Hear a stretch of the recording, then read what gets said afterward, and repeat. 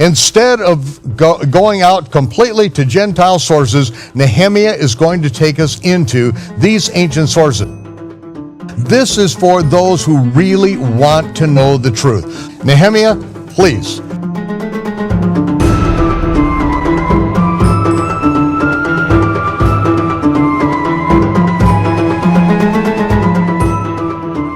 And serious scholars, I'm not talking about, wackadoodles on Facebook. I'm talking about serious university scholars who are trying to understand how the name was pronounced, the name of the Father was pronounced in ancient times, will go to the depths of every pagan, magical, and Gnostic source, anybody but the Jews. And it's somewhat of a mystery of why they won't look at Jewish sources. And I started doing some study about this a few months back. I'd read a book in which this one scholar had said, a serious scholar, he said this name Jehovah is a distinctly Christian form, that no Jew ever thought the name was Jehovah, and it was simply the Christians misunderstanding what they saw in the Hebrew manuscripts. And it got me to ask a question I'd never asked before. And the question it forced me to ask, it made me ask, was, what do the rabbis say the name is? We have an actual conspiracy that's described in the Babylonian Talmud. We even have the name of the head conspirator. His name is Rabba bar bar Chana. It's kind of a hard name to say. Rabba bar bar Chana. And he lived around the year 250 to 300 AD. And he says as follows. He said, sages transmit the four-letter name to their disciples once in a 7-year period. So what he's describing is, by the year 250, Jews were no longer commonly speaking the name. It had been forbidden by the Romans, and there was an internal reason to suppress people healing in the name. Jews, and probably also Jews who believed in Yeshua, who were healing in the name of the Father, Yud-Heh-Vav-Heh, and the rabbis wanted to suppress this, the Romans wanted to suppress this, so everybody was happy, right? But the rabbis still preserved this name, and they preserved it by transmitting it from rabbi to disciple once every 7 years. So that's a conspiracy of silence. We know, meaning we, the rabbis, know what the name is. We don't want the multitudes, and definitely not the Christians, to know. We said, let's just ban it. And they said, we'll ban it until when the Messiah comes. And they talk about how it's not permissible to speak it in this world, but in the world to come when the Messiah reigns as king, then we'll speak the name. But to preserve the name, they transmitted it rabbi to disciple once every 7 years. So now in that was actually a ceremony. So you're jumping ahead because I told you about this. Yeah, we're letting you. Spoiler alert! Yeah, we're letting you in on what we get to do for hours and hours and hours and hours. Right. You get a little bit of this, and so this is right, so last exciting. night Michael got the 6-hour version. I'm going to give you the condensed version this time, guys. Anyway, and I got to tell you a funny story about this. So I went to get an update. You got to get an update every few years on this database. And I went to get the update, and I paid the money for the update. It was a couple $100. And they say, okay, well, we have a guy in Jerusalem that you can get it from. You don't have to come all the way to Tel Aviv, where Bar-Ilan University is located. So I go to somebody's apartment in Jerusalem, and he's an ultra-Orthodox Jew, and he looks at me and he says, why do you want this database? This is 100,000 books written by rabbis. You're not wearing a kippah. Why would you be interested in this? And I said, I paid the money. Are you not going to give it to me? And I got all defensive. And he says, no, I'm seriously, genuinely asking. I've never seen somebody who doesn't wear a kippah, who's not an ultra-Orthodox Jew, be interested in a database of 100,000 rabbinical books. And I said, well, I'm a researcher of ancient Jewish sources. All right, no problem. I'm not trying to start a fight. I've just never seen it before. So I get this database, Michael. Calm down, Nehemia. Right, well, so I get this database, and I'm asking the question, are there any rabbis who say what the name is? And I think, I don't think there are. If there were, I would have heard about it, right? I put it's a flash drive, I put it in, it's all in Hebrew. Even the interface is in Hebrew. It doesn't say search, it says chapes, right? So I type it in, and I do a little search, and I'm like, I know I'm not going to find it. Within 30 seconds, I found a rabbi who said the name is Jehovah. Within literally 30 seconds. Within literally 30 seconds, I found a rabbi who said the name, the Shema Mifurash, the explicit name, the unequivocal name, is with the vowels Shva, Cholam, Kamatz, and you're going to hear that, guys, over and over today. Shva, Cholam, Kamatz, those are the names of the vowels. They have names, the vowels. Shva is that little E in Yehovah, Cholam is the O, and the Kamatz is the A. And I was sitting there shaking. I didn't think I would find it. And there I found it in 30 seconds. And I realized if I found this in 30 seconds, and all I did was search in the database, that means nobody's ever looked. Because if they'd have looked, they would have found it in 30 seconds. Yeah. Maybe it would have taken them 5 minutes. I'm good. But literally nobody's ever looked to see what do the rabbis say the name is, and why don't they look?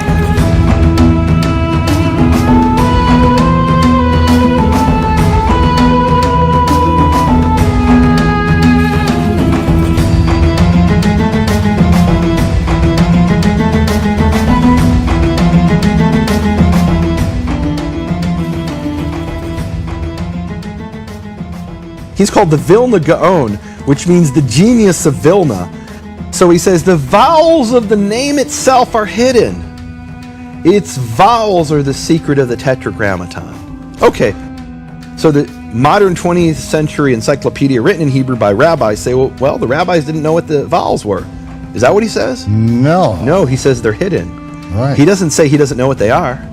Doesn't say don't know how to pronounce it. He's not saying I don't know how to pronounce it. He's saying this is hidden. We don't reveal this secret, which is a big difference. So what I do is I look up the source, and it doesn't say what they claim it says.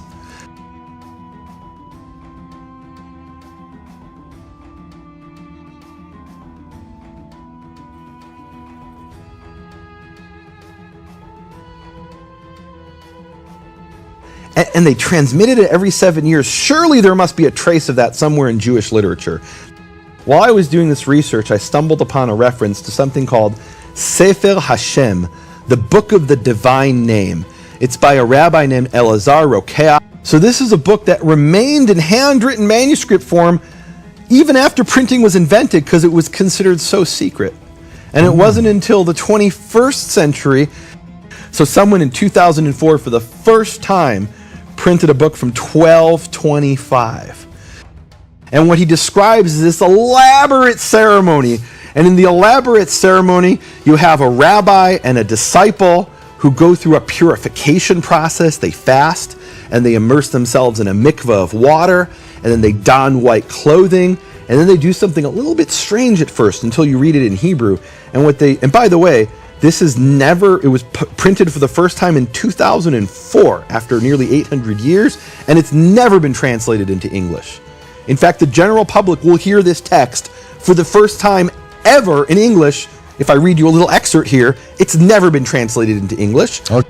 And it says one of the part of the ceremony is they stand up to their ankles in water. It seems really strange. And it talks earlier in the ceremony, they reveal the name over water. The rabbi will then open his mouth after all this preparation in awe and say, "Blessed are you," and then he speaks the name. Jehová, our God, King of the universe, Jehová, God of Israel, you are one and your name is one.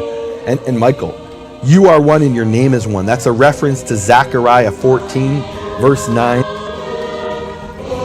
And so at that moment, they both recite together the verse based on their interpretation, the sound of Jehovah upon the water. And at that moment, the rabbi has spoken it once by himself and a number of times by itself.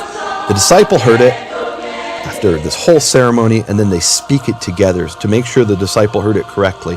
And this is something that the rabbis were doing in 1225. So this idea that, well, yeah, the Jews might have known the name in ancient times, but because of the ban, they forgot it. That's not consistent with the Jewish sources. And remember, this is a source that most scholars don't know about. What that tells you is we don't need to go to the Gnostic sources or pagan sources or Christian sources who didn't know Hebrew or Latin sources. We have rabbis who knew the name. Now, I could stop here, but there's another source that confirms this. And this is a source that was written in Hebrew around the year 1450 by a little-known rabbi in Jerusalem named Joseph ibn Sayach. And he wrote a book that's never been printed, even today. So if you wanted to read this in Hebrew, there's only one place you can find it. And I actually have here the manuscript, a photo of the manuscript.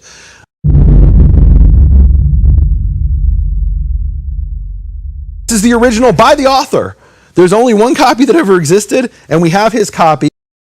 And they say as follows: a certain sage has been uttering the name according to its letters, and a certain rabbi rebuked him for this. But the sage was stubborn in his actions.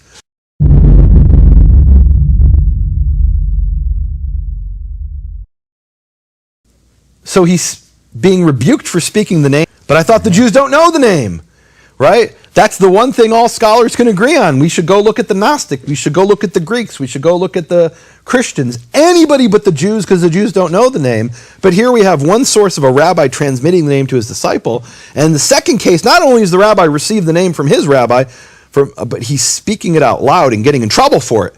And the interesting thing is Ibn Sayyah rebukes the sage for speaking the name. He says, you're sinning. You're not allowed to speak this name.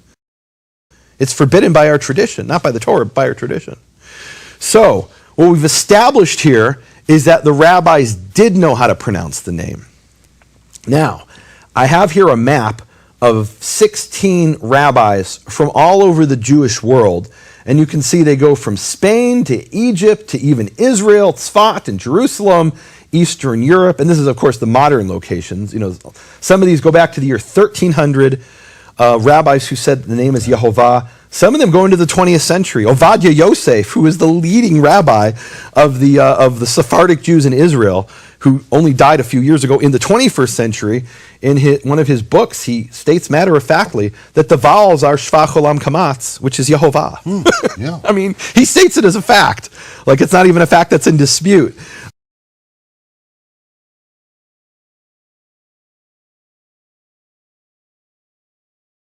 I spent months searching and researching. It was not easy at all to find. Yep.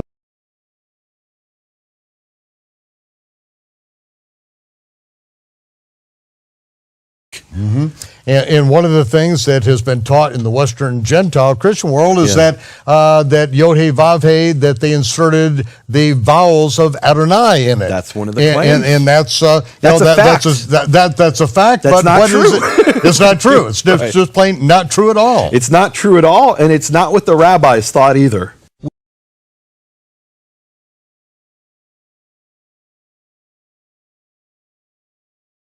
And I'll tell you, Michael, I searched those databases for Yahweh, and I couldn't find it. But what I did find is rabbis repeatedly saying that the name is Yehovah. And so one of them is a rabbi in the 14th century named Menachem Tzioni. And he writes a commentary, and in his commentary in Exodus 3:15, which is the verse where God reveals his name, and he's commenting on the words, Zeh Shmi Le'olam, this is my name forever. And this is what he says. He says there's also a secret here received by tradition in the vowels of this is my name forever. What does that mean? Well, you read it in Hebrew, it's obvious. The word forever is Le'olam. And you can see here, I have a graphic that illustrates this. Le'olam has the same vowels as Yehovah, which are the vowels Shva, Cholam, Kamatz. And this is what it looks like in English.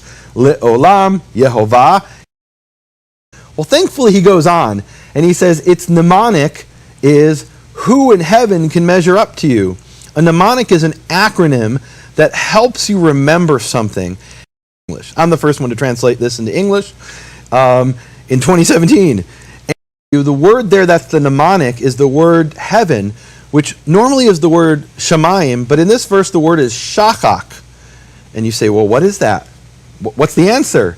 Well, shachak is an acronym for the vowels Shva, Cholam, Kamatz, which are the vowels of the name Yehovah. So he says, know, my beloved, how extremely difficult it is to put things like this in writing, and even more so a letter sent about from place to place, concerning the vowels of the Tetragrammaton, which are Shva, Cholam, Kamatz.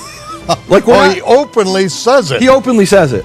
Openly. He's not even arguing about that point. He's saying, look, this is really hard to write this. I'm sending this in a letter that's being carried by donkey or something. I don't know who's going to read this letter.